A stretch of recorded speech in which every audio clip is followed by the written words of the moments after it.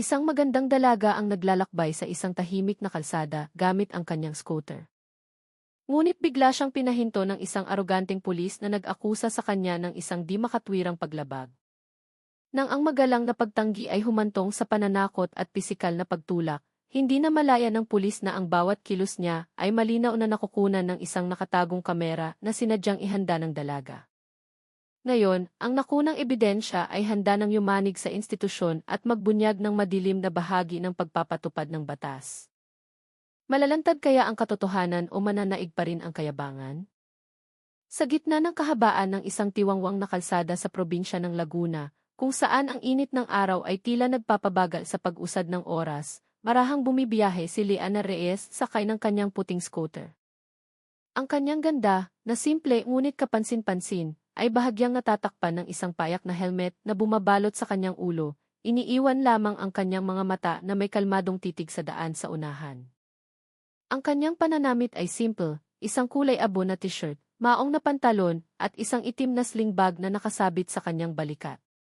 Ang paligid ay nababalot sa katahimikan na binabasag lamang ng mahinang ugong ng makina ng kanyang scooter.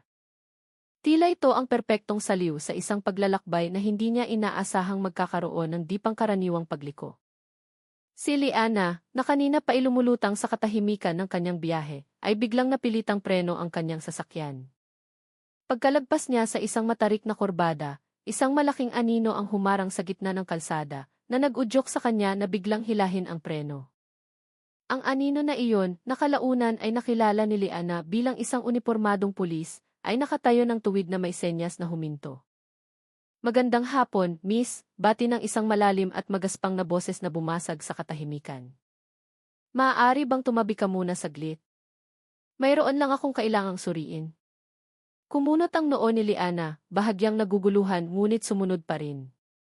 Iginilid niya ang scooter sa tabi ng daan, ibinaba ang stand nito at naghintay. Ang pulis, na ang number plate ay may nakasulat na Siya Aljo Santos, ay lumapit na may matatag na mga hakbang. Ang kanyang mga mata ay masusing sinusuri ang bawat pulgada ng scooter ni Liana, na para bang may hinahanap na mali. Si Liana, bagamat may kaunting kaba, ay sinubukang panatilihin ang kanyang kahinahunan. "May maitutulong po ba ako, sir?" magalang niyang tanong. Ang kanyang boses ay malumanay ngunit malinaw. Hindi agad sumagot si Police Corporal Santos. Sa halip, inikot niya muna ang scooter ni Liana, na tila sinasadyang patagalin ang tensyon. "Mukhang may kulang dito," bulong niya, na mas para sa kanyang sarili, ngunit sapat na malakas para marinig ni Liana. "Ano po iyon, sir?" tanong muli ni Liana. Ang kanyang puso ay nagsimulang tumibok ng mas mabilis. "Ang headlight mo," sagot ni Police Corporal Santos, itinuturo ang harapan ng scooter. "Hindi nakabukas, hindi ba?" Agad na tiningnan ni Liana ang ilaw ng kanyang scooter. Napakaliwanag pa ng araw. Ang sikat ng araw ay nasa itaas mismo ng kanilang mga ulo, at ang ilaw ng kanyang scooter ay sadyang hindi nakabukas ng manual dahil alam niyang mayroon itong automatic system.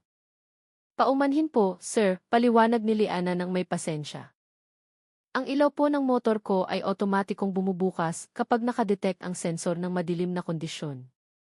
"Tanghali pa po kasi." Isang mapanuyang ngiti ang sumilay sa labi ni Corporal Santos. "Talaga ba? Sige nga, patunayan mo." "Sa pagkakaalam ko, sa highway, dapat laging nakabukas ang headlight, umaga man o gabi. Ganoon ang patakaran." Ang tono ng kanyang pananalita ay nagsimulang maging mapanghamak, na nagdulot ng malalim na pagkabalisa kay Liana. "Pero sir, bago po itong motor. Ganyan po talaga ang sistema niya," pilit ni Liana na ipaunawa. Ngunit tila isinara na ni Corporal Santos ang kanyang mga tainga. "Tama na yan, huwag ka nang magdahilan," putol niya ng may diin, tumaas ng isang oktaba ang kanyang boses. "Bumaba ka sa motor mo. Kailangan kong suriin ang kumpletong papeles mo." Ang utos ay binitiwan ng walang anumang pag-aalinlangan, walang pagkakataon para kay Liana na ipagtanggol pa ang sarili. Naramdaman ni Liana ang pagkakaroon ng mali sa interaksyong ito, ngunit napabuntong hininga na lamang siya at sumunod. Pinatay niya ang makina ng kanyang scooter at dahan-dahang bumaba, handa nang harapin kung anuman ang susunod na mangyayari. Pagkababa ni Liana sa kanyang scooter, lalong lumapit si Corporal Santos. Ang kanyang mga mata ay nanlilisik, puno ng pananakot. So, miss, sabi niya, ang tono niya ngayon ay mas nagpapakita ng kapangyarihan. Ngayon, subukan mong ipaliwanag kung bakit hindi nakabukas ang headlight mo. Hindi mo ba alam na paglabag iyan sa batas trapiko? Sinikap ni Liana na pigilan ang kanyang pagkainis at muling sinubukang magpaliwanag. Nasabi ko na po kanina, sir, ang motor ko po ay may automatic na headlight. Bubukas lang po iyon kapag madilim na ang paligid. Halimbawa, sa mga tunel o kapag gabi na. Napakaliwanag pa po ngayon. Tirik na tirik ang araw. Itinuro pa ni Liana ang kalangitan na parabang nais niyang kumbinsihin si Corporal Santos gamit ang nakikitang ebidensya. Ngunit bumisi lamang si Santos na parabang ang sinabi ni Liana ay isang malaking kalokohan. Iyan ang klasikong dahilan ng mga tamad na rider. Ikinumpas niya ang kanyang kamay na maihalong pangmamaliit. Walang ganyang automatic. Ang meron lang ay lumabag ka sa patakaran. Sinadya mo bang hindi buksan ang ilaw para hindi ka makita, ganoon ba? Ang akusasyon ay tumusok sa puso ni Liana at nagdulot ng gulat. Hindi po, sir. Wala po akong masamang intensyon na ganyan. Lagi po akong sumusunod sa batas. Bahagyang tumaas ang boses ni Liana, nagpapakita ng kanyang pagkadismaya. Mahinang tumawa si Corporal Santos. Isang tawa na hindi kaaya-aya. CJ. Kung ganoon, tingnan natin ang mga papeles mo. Lisensya at rehistro. Pakita.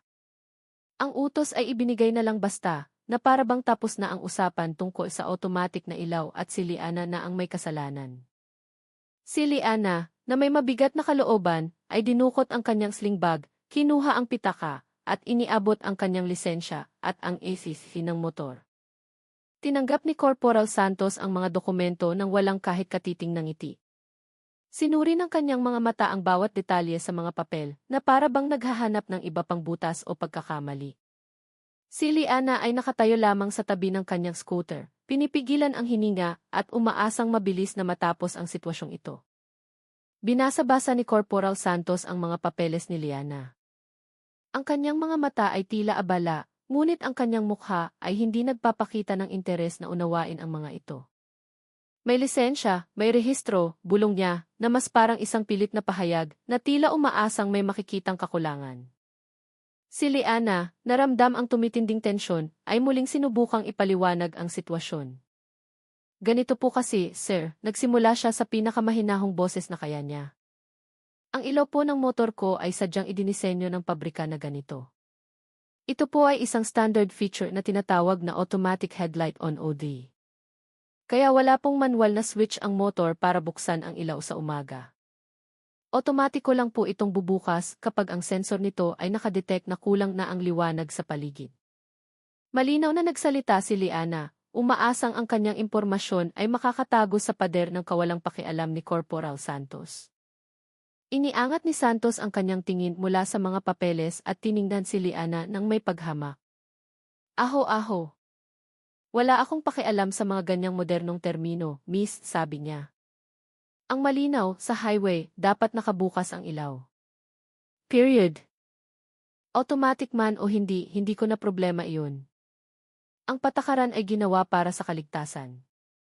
Kung lahat ng tao ay gagamit ng dahilan na automatic ang ilaw, paano namin masisiguro ang kaligtasan sa daan?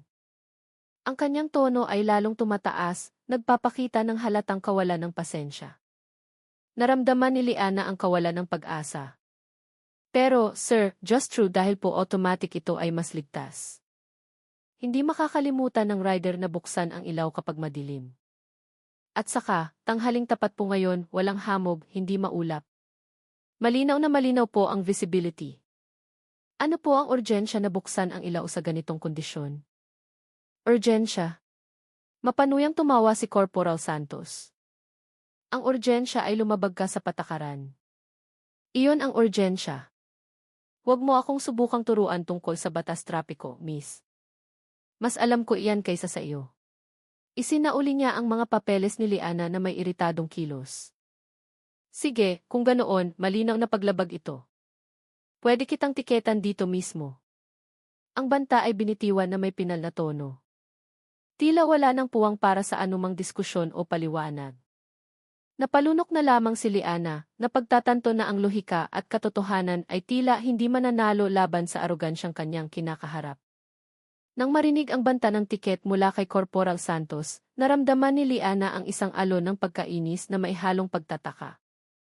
Pero, sir, hindi po ba ninyo nais na makinig kahit kaunti? Hindi po ito tungkol sa ayaw kong buksan ang ilaw, kundi ganito po talaga ang sistema.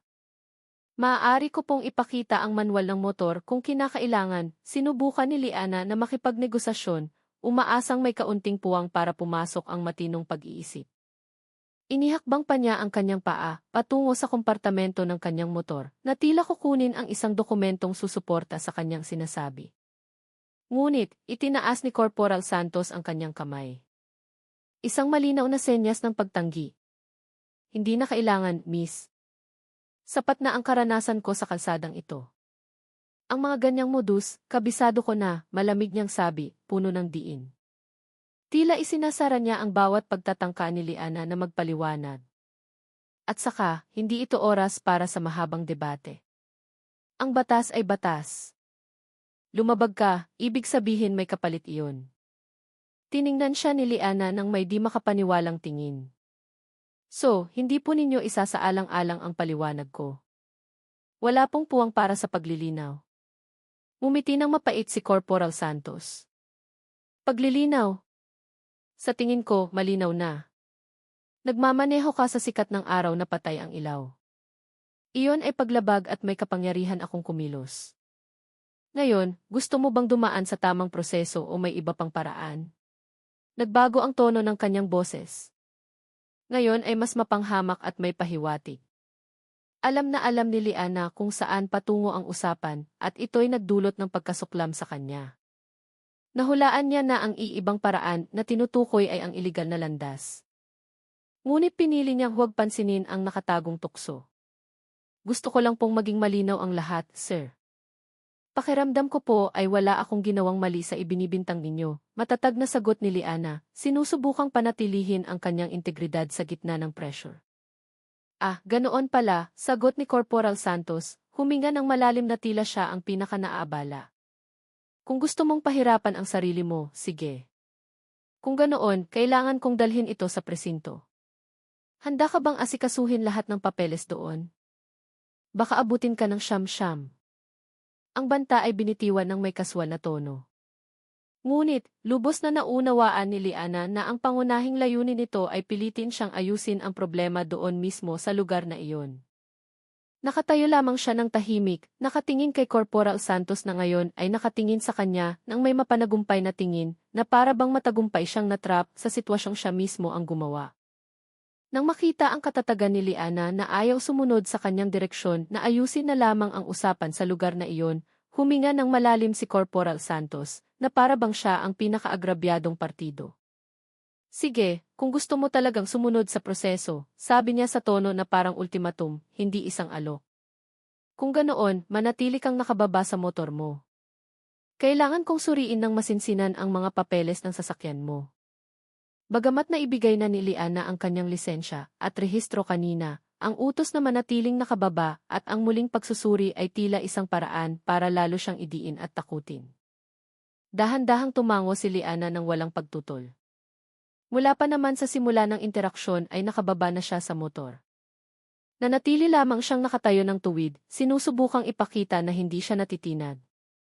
Pagkatapos noon, si Corporal Santos na ang humawak sa manibela. Pinihit ito ng kaunti at sinimulang buksan ang ilalim ng upuan.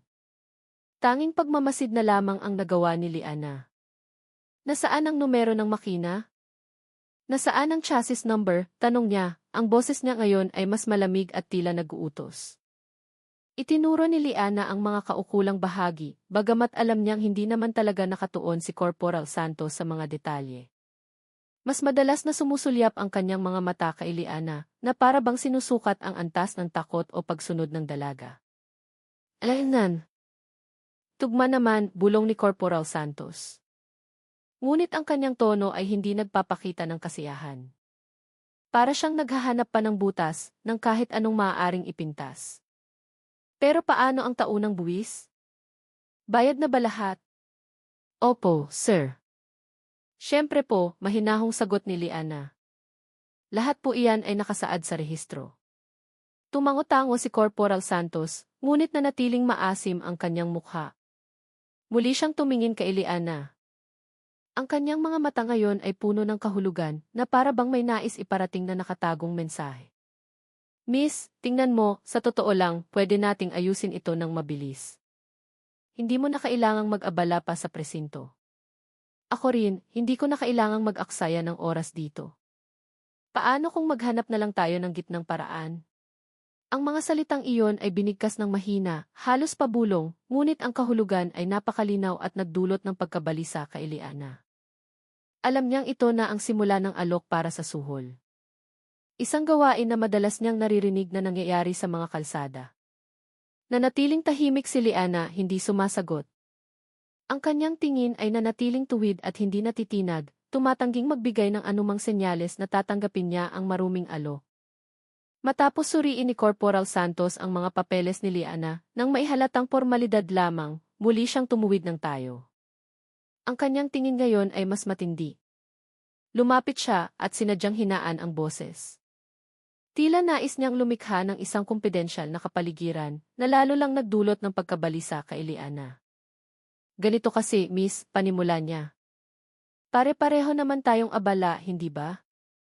Mayroon kang mga lakad, ako rin may iba pang tungkulin na naghihintay. Kung itutuloy natin ito sa presinto, baka abutin tayo ng ilang oras. Hindi pa kasama dyan ang pabalik-balik mo sa pagpila at kung ano-ano pa. Huminto siya sandali, hinahayaang lumutang sa hangin ang kanyang mga salita. Tahimik lamang si Liana, naghihintay sa kasunod na sasabihin ni Corporal Santos, bagamat nahulaan na niya kung saan patungo ang usapan. Kaya, pagpapatuloy ni Corporal Santos, isang manipis na ngiti na halos hindi makita ang sumilay sa kanyang mga labi. Kaysa mag-aksaya tayo ng oras at lakas, paano kung ayusin na lang natin dito? Areglo na lang. Ituring mo na lang itong isang maliit na administrative fee para sa iyong pagkukulang. Inilapit niya ng bahagya ang kanyang katawan, tinitigan si Liana nang may mga matang puno ng pag-asa, na para bang inaalok niya ang pinakamagandang solusyon sa mundo. Sa wakas ay nagsalita si Liana. Ang kanyang boses ay mahinahon ngunit matatag. Ang ibig niyo po bang sabihin ay kailangan kong magbayad dito mismo? Mabilis na tumango si Corporal Santos. Eksakto. Isang maliit na halaga lang bilang tanda ng iyong mabuting kalooban. Para na rin sa merienda. Hindi na kailangan ng resibo, hindi na kailangan ng report, lahat ay ayos sa loob lang ng ilang minuto. Makakatuloy ka na agad sa iyong biyahe at ako naman, sa aking trabaho. Inilahad pa niya ng bahagya ang kanyang kanang kamay, na tila naghihintay na ilagay doon ang pera. Tiningnan ni Liana ang nakalahad na kamay, pagkatapos ay bumaling sa mukha ni Santos. Paumanhin po, sir. Hindi ko po kayang gawin iyan. Hindi ko po nararamdaman na may nagawa akong kasalanan na kailangang ayusin sa ganyang paraan. Ang ilaw po ng motor ko ay talagang automatic. Hindi po iyon kapabayaan. Agad na naglaho ang ngiti sa mukha ni Corporal Santos, na palitan ng ekspresyon ng pagkainis. Naku, miss, huwag kang ganyan. Ito naman ay para sa ikabubuti mo rin. Kaysa naman mas maging komplikado pa ang usapan at mas malaki ang opisyal na multa, pag-isipan mong mabuti. Ang kanyang tono ay nagsimulang maging medyo mapilit, nagpapakita na naubos na ang kanyang pasensya. Alam ni Liana na ito na ang kritikal na punto kung saan kailangan niyang manindigan. Nang marinig ang alok na lantaran at nangangamoy suhol mula kay Corporal Santos, huminga ng malalim si Liana, tinipon ang lahat ng kanyang lakas ng loob at tinitigan si Corporal Santos ng diretso at walang kurap. Paumanhin po talaga, sir, panimula ni Liana.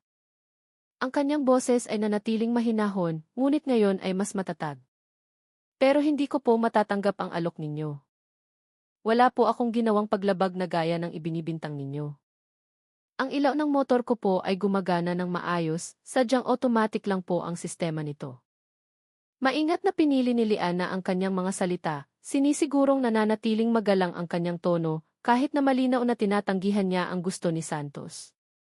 Ang mapanuyang ngiti sa mukha ni Corporal Santos ay biglang naglaho, napalitan ng kunot sa noo at matatalim na titig na nagpapahiwatig ng pagkainis. "Sigurado ka ba dyan, miss?" tanong niya. Ang kanyang boses ay naging mas malamig, puno ng nakatagong banta. "Alam mo, ang pagtanggi sa utos ng isang alagad ng batas ay maaaring maging isa pang problema. Hindi ito biro." "Alam ko po iyon, sir," matatag na sagot ni Liana. "At alam ko rin po ang karapatan ko bilang isang mamamayan. Hindi po ako magbabayad para sa isang bagay na hindi ko ginawa. Kung sa tingin ninyo ay may kasalanan ako, sige po, iproseso ninyo ayon sa batas na umiiral.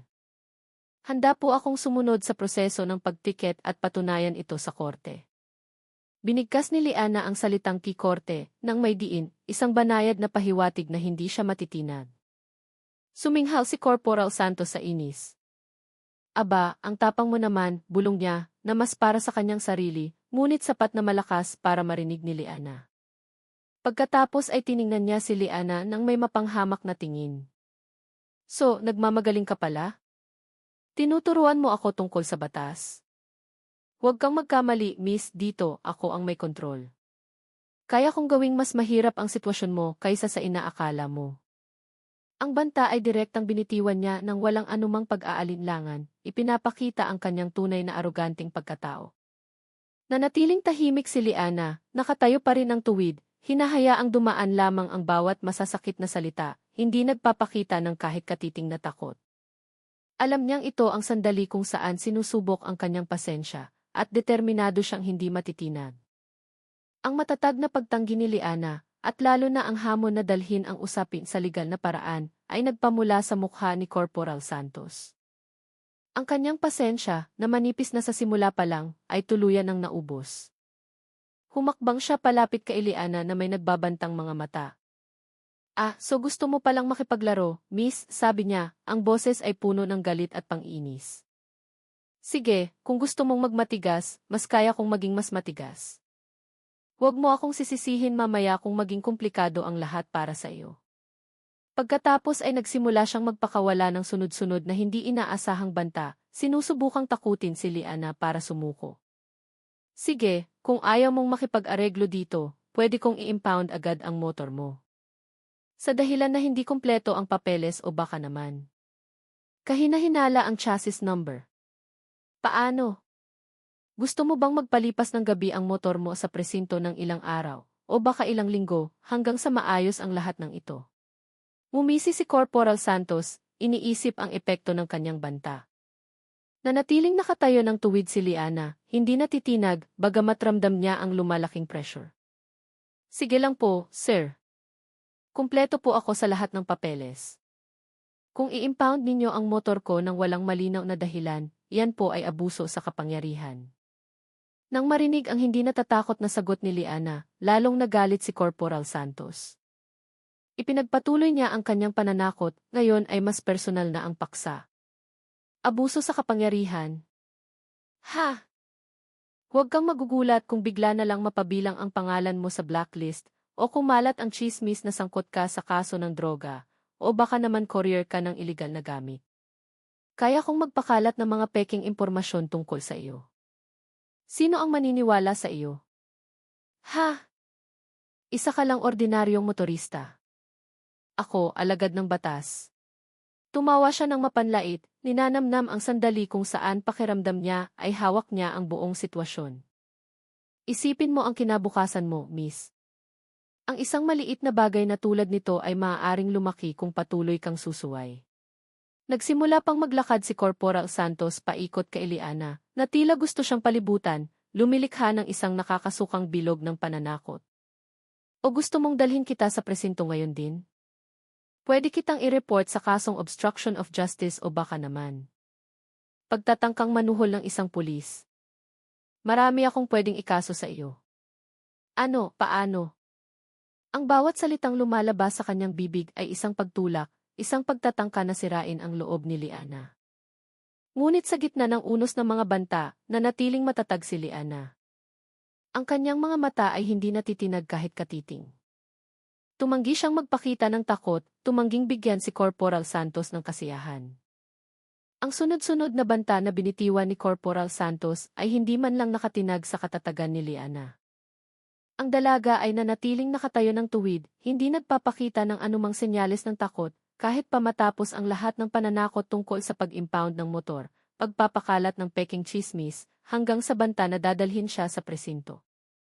Ang katigasan ng ulo ni Liana na tumangging sumuko ay lalong nagpaalab sa galit ni Corporal Santos hanggang sa sukdulan. Ang kanyang mukha na kanina inamumula ay lalo pang dumilim. Ang kanyang paghinga ay bumibilis at ang mga ugat sa kanyang liig ay kitang-kita. Talagang matigas ang ulo mo, ano, sigaw niya. Ang kanyang boses ay umalinggaw sa tahimik na kalsada. Akala mo ba nagbibiro ako? Pulis ako at hinahadlangan mo ang tungkulin ko. Walang anumang babala, sa bugso ng kanyang hindi makontrol na emosyon, mabilis na humakbang si Corporal Santos. Tabi, sigaw niya habang marahas na itinutulak ang balikat ni Liana. Ang tulak ay sapat na malakas para bahagyang mapasuray si Liana paatras. 2 hakbang siyang napaatras mula sa kanyang kinatatayuan. Halos mawalan siya ng balanse, ngunit nagawa niyang manatiling nakatayo. Ang kanyang sling bag ay bahagyang gumalaw at ang helmet na hawak pa rin niya sa kaliwang kamay ay muntik ng malaglag. Ang pangyayari ay napakabilis, ngunit ang epekto nito ay napakalalim. Naramdaman ni Liana ang gulat, hindi dahil sa pisikal na sakit, kundi dahil sa paglabag sa kanyang personal na espasyo na ginawa ng isang tagapagpatupad ng batas. Ngunit, sa halip na tumugon ng may galit o takot, isang malaking pagbabago ang nangyari kay Liana. Agad na naglaho ang ekspresyon ng gulat sa kanyang mukha. Ang kanyang mga mata na kanina ay nagpapakita ng kaunting pagod dahil sa pakikipagtalo ay naging matalim at malamig. Hindi siya sumigaw, hindi umiyak at lalong hindi nagmura. Nanatiling nakatayo ng tuwid si Liana, inayos ang kanyang bag nang may mahinahong kilos na para bang walang nangyari. Pagkatapos, nang may mabagal at kalkuladong galaw, itinaas niya ang kanyang tingin. Direktang tinitigan niya ang mga mata ni Corporal Santos. Ito ay isang tingin na tuwid, walang pag-aalinlangan, walang kahit katiting na takot. Malamig, na tila kayang tumago sa kalooban ni Corporal Santos, binubunot ang lahat ng arogansyang bumabalot sa kanya. Sandaling nabalot ng katahimikan ang paligid. Tanging ang pintig ng puso ni Liana, na ngayon ay mas mabilis, at ang hininga ni Corporal Santos, na humihingal pa rin dahil sa galit, ang maririnig. Sa mga mata ni Liana, sumilay ang isang hindi inaasahang lakas. Isang katatagan na hindi taglay ng dalagang kakatulak pa lang. Isang nakakabinging katahimikan ang namayani matapos ang marahas na pagtulak ni Corporal Santos. Totoong napasuray si Liana, ngunit hindi siya natumba. Mabilis niyang nabawi ang kanyang balanse, inayos ang kanyang pagkakatayo ng may mahinahon at kontroladong kilos. Ang kanyang mga galaw ay halos walang ingay. Tila inaayos niya muli ang kanyang sarili na panandaliang nagulo. Inayos niya ng bahagya ang kanyang sling bag sa balikat, isang simpleng kilos na puno ng kahulugan, nagpapakitang hindi siya natitinag. Dahan-dahang itinaas ni Liana ang kanyang tingin. Ang kanyang mga mata na kanina ay marahil ay nagpapakita ng kaunting pagsuko o pagod ay nagbago. Ang titig ni Liana ay naging matalim, tuwid, at ang pinakanakagugulat para kay Corporal Santos, malamig. Wala nang bakas ng takot, galit o kahit luha. Ang tanging naroon ay isang absolutong katatagan, isang esensya ng lakas na hindi inaasahan mula sa isang dalagang may ordinaryong itsura. Hindi nagsalita si Liana.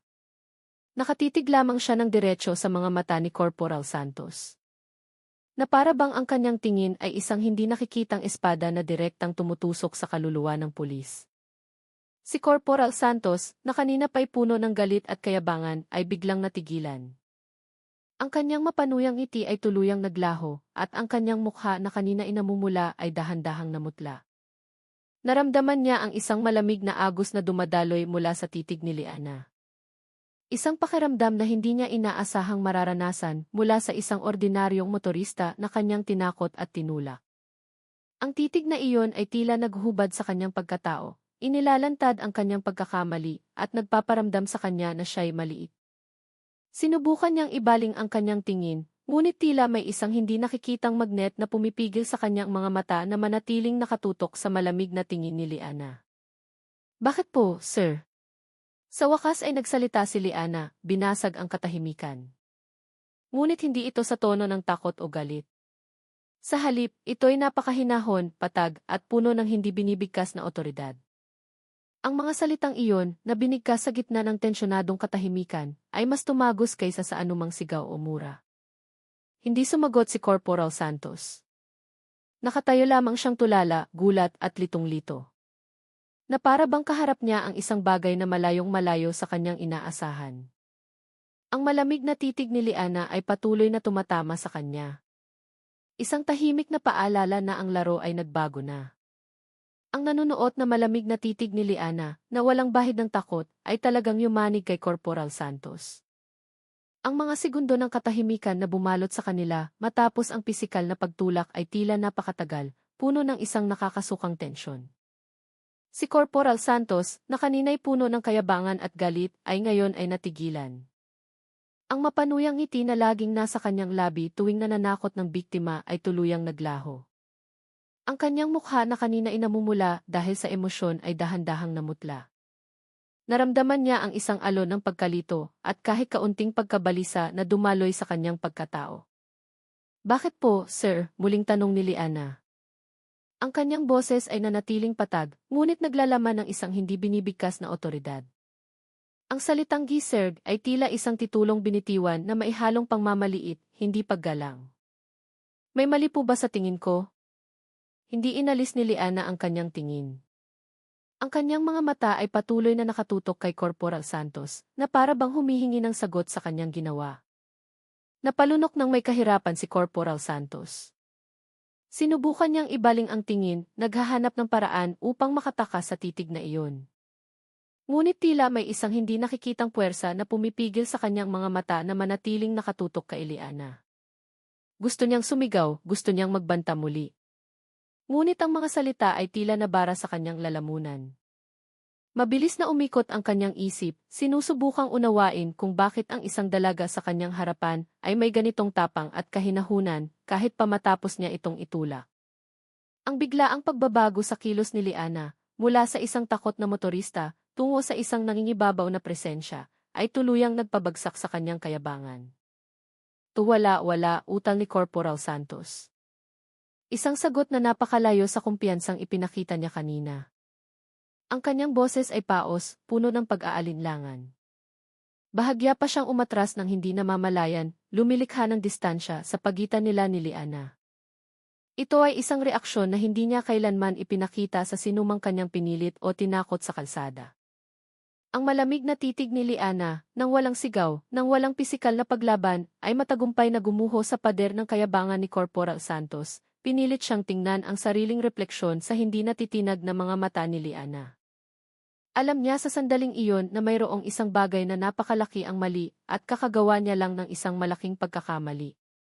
Lalong bumigat ang tensyon sa hangin habang si Corporal Santos ay nananatiling tahimik, tulala sa hindi gumagalaw na titig ni Liana. Ang kakaibang katahimikan ay binasag ng boses ni Liana na muling narinig, ngayon ay may napakahinahong tono, halos isang bulong na puno ng kalkulasyon. Alam niyo po ba, sir, panimula ni Liana, habang dahan-dahang inaangat ang kanyang kanang kamay patungo sa kanyang ulo. Sa tingin ko po, wala nang saysay na ipagpatuloy ninyo ang pananakot sa akin. Nang may napakahinahon at kontroladong kilos, sinimula ni Liana na tanggalin ang lock ng payak na helmet na nakapatong pa rin sa kanyang ulo. Si Corporal Santos, na kanina pa inasa estado ng pagkabigla dahil sa titig ni Liana, ay ngayon ay pinapanood ang bawat kilos ng dalaga ng may pagkalito. Inangat ang helmet mula sa ulo ni Liana, inilalantad ang kanyang buong mukha. Ngunit ang mas nakakagulat ay kung ano ang nakatago sa loob nito. Maayos na nakakabit sa loob ng helmet, malapit sa kanyang sentido, ay isang maliit na nakatagong kamera. Ang indicator light nito ay bahagyang kumikislap, halos hindi makita. Isang patunay na ang pagre-record ay nagpapatuloy. Nang makita ang kamera, nanlaki ang mga mata ni Corporal Santos. Bahagyang bumuka ang kanyang bibig, ngunit walang lumabas na tunog. Malamig na pawis ang nagsimulang mamasa sa kanyang sentido. Ngumiti ng bahagya si Liana. Isang ngiti na hindi nagpapakita ng kabaitan, kundi ng pambihirang kumpiyansa. At ito pa, pagpapatuloy ni Liana. Ngayon, nang may mas tiyak na kilos, dinukot niya ang isang bulsa sa loob ng kanyang simpleng jacket. Mula roon, inilabas niya ang isang madilim na card holder. Pagkatapos ay hinugot niya ang isang identification card na malinaw na hindi isang ordinaryong lisensya OD. Ang card na iyon, na bahagyang iniabot niya patungo kay Corporal Santos, ay nagpapakita ng logo ng isang kilalang pambansang media network sa Pilipinas, at sa ilalim nito ay malinaw na nakasulat ang pangalan, Liana Reyes, investigative journalist. Isa akong journalist, Corporal, deklara ni Liana, ang kanyang boses ngayon ay puno ng otoridad. Ang bawat salita ay binigkas ng may diin at katiyakan. At isa akong investigative journalist mula sa pambansang balita. Huminto sandali si Liana, hinahayaang pumasok ang impormasyon sa isip ni Corporal Santos na lalong nagpapanik. Lahat ng kilos at salita ninyo, mula sa peking akusasyon, mga mapanuyang komento, paghingi ng pera, hanggang sa pisikal na pagtulak kanina, lahat po iyan ay malinaw na nakunan ng kamera sa helmet na ito. Bawat detalye. Itinuro ni Liana ang maliit na kamera sa helmet na hawak na niya ngayon na para bang itinarak niya ang huling pako sa pag-aalinlangan ni Corporal Santos. Ang mukha ni Corporal Santos na kanina ay maputla ay lalong pumuti na para bang papel. Nanatili siyang tahimik, nanigas sa kinatatayuan na pagtatanto kung gaano kalaki ang pagkakamaling kanyang nagawa. Ang pag-anunsyo ni Liana tungkol sa kanyang pagkakakilanlan bilang isang investigative journalist at ang pagkakaroon ng nakatagong kamera ay parang isang kidlat sa katanghalian para kay Corporal Santos. Ang kanyang mukha na kanina'y puti na ay ngayon ay nagpakita ng malinaw na ekspresyon ng panik. Hindi na niya maitago ang kanyang pagkagulat. Ano? Journalist, sabi niya, ang boses ay nabara sa kanyang lalamunan. Tila hindi makapaniwala sa kanyang narinig at nakita. Ang kanyang mga mata ngayon ay ganap na nakatuon sa maliit na kamera sa helmet ni Liana, pati na rin sa smartphone na hawak pa rin ni Liana sa kaliwang kamay. Walang pag-aalinlangan, ang likas na ugali na burahin ang bakas ng kanyang pagkakamali ang nanaig kay Corporal Santos. Bigla siyang kumilos ng mabilis, dumamba patungo kay Liana na mailayuning agawin ang helmet at telepono. Akin na yan, bilis, akin na, sigaw niya. Ang kanyang mga kamay ay sumusubok na abutin ang mga ebidensya. Ang kanyang kilos ay marahas, isang desperadong pagtatangka na pigilan ang pagkalat ng impormasyon na sisira sa kanyang karera. Ngunit, mas mabilis si Liana. Inaasahan na niya ang ganitong reaksyon. Gamit ang sanay na reflexes, mabilis siyang umiwas sa abot ng kamay ni Corporal Santos. Bagamat malakas ang tulak ni Santos, hindi nagpatinag si Liana para lumaban ng pisikal. Ang kanyang focus ay ang masiguro ang ebidensya at maipadala ang signal ng babala. Sa loob lamang ng ilang segundo, bago pa man tuluyang maabot ni Corporal Santos, naipindot na ng hinlalaki ni Liana ang isang emergency button sa screen ng kanyang telepono.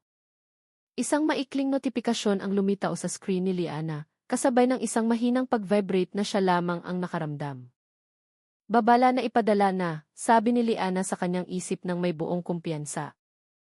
Alam na alam niya kung ano ang ibig sabihin ng buton na iyon. Hindi ito isang ordinaryong emergency call, kundi isang espesyal na feature sa API ng kanyang team. Agad-agad, ang eksaktong lokasyon ni Liana at ang signal ng panganib ay otomatikong naipadala sa dalawang kritikal na partido, ang newsroom ng media kung saan siya nagtatrabaho, at ang hindi gaanong mahalaga, ang Internal Affairs Service, ng Philippine National Police. Ang impormasyon ay mabilis na dumaan sa data network, dala ang audio at visual recording na kakakuha pa lamang. Tiningnan ni Liana si Corporal Santos na frustrated pa ring sinusubukang abutin siya. Huli na po kayo, sir, sabi ni Liana ng may malamig at mapanagumpay na tono. Lahat ay naipadala na. Ang mga ebidensya laban sa inyo ay ligtas na sa tamang mga kamay. Ang pangungusap na iyon ay parang isang martilyo na tumama kay Corporal Santos. Lalong namutla ang kanyang mukha at humina ang kanyang pagtatangka na agawin ang ebidensya, na pagtatanto na siya ay talo na. Binalot ng kawalan ng pag-asa si Corporal Santos. Ang kanyang pagtatangkang agawin ang telepono at helmet ni Liana ay bigo. Nakatitig lamang siya kay Liana ng may nanlalaking mga mata. Namutla ang kanyang mukha habang mahinahong sinabi ng dalaga, huli na po kayo, sir. Lahat ay naipadala na.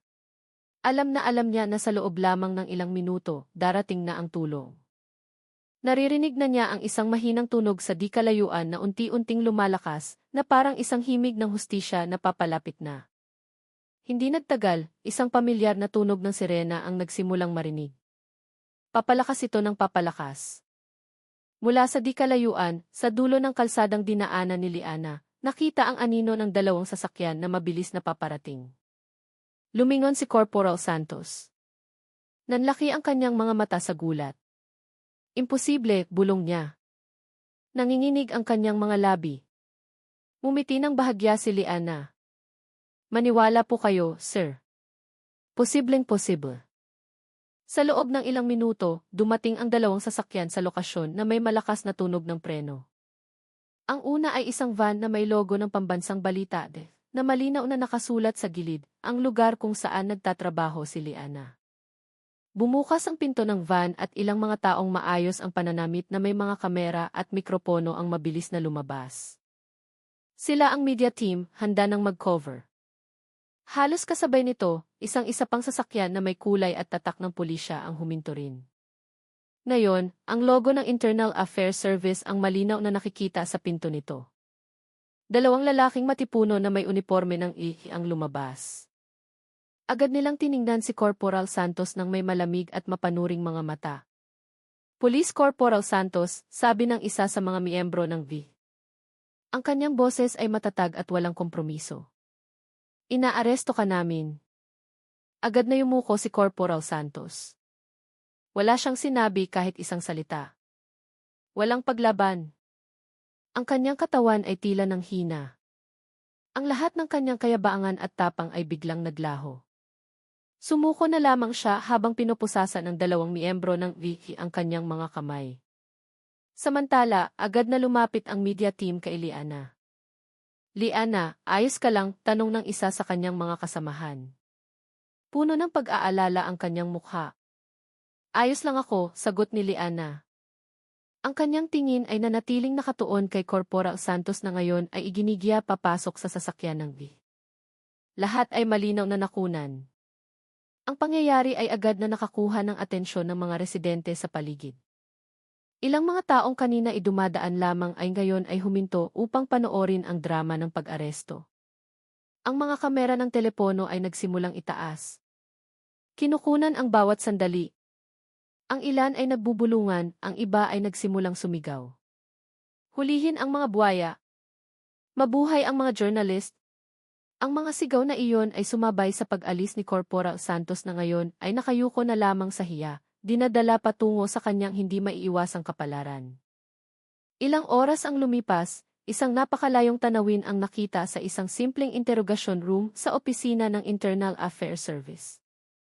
Ang maliwanag na ilaw ng fluorescent lamp ay nagpapaliwanag sa silid, tinatamaan ang mukha ni Corporal Santos na ngayon ay mukhang lantang gulay. Ang kanyang uniforme ay gusot-gusot na. Malayong-malayo sa maayos na itsura niya nang pinahinto niya si Liana sa kalsada. Malamig na pawis ang tumutulo sa kanyang sentido. Ang iba ay bumasa sa kanyang kwelyo na hindi na maayos. Nakaupo siya sa isang matigas na bakal na upuan. Ang kanyang katawan ay nakayuko, ang tingin ay blanko at nakatutok sa sahig. Wala nang bakas ng kayabangan o tapang na ipinakita niya kanina. Sa kanyang harapan, nakaupo ang dalawang seryosong investigador ng V. Isa sa kanila ay isang senior officer na may mahinahon ngunit matatag na ekspresyon. Inilagay niya ang isang tablet sa mesa. Police Corporal Santos, sabi ng opisyal. Ang kanyang boses ay patag ngunit puno ng otoridad. Tingnan natin ito. Walang paligoy-ligoy, pinindot ng opisyal ang play button sa tablet. Agad na ipinalabas ang recording mula sa helmet ni Liana.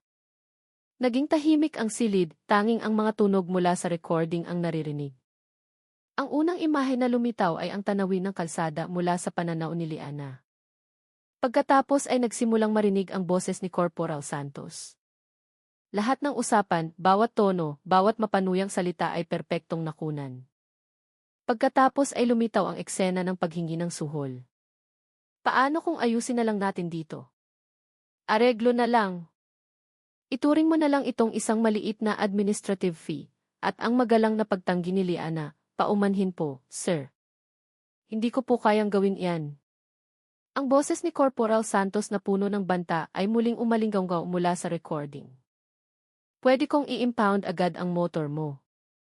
O kumalat ang chismis na sangkot ka sa kaso ng droga. Pwede kitang i-report sa kasong obstruction of justice.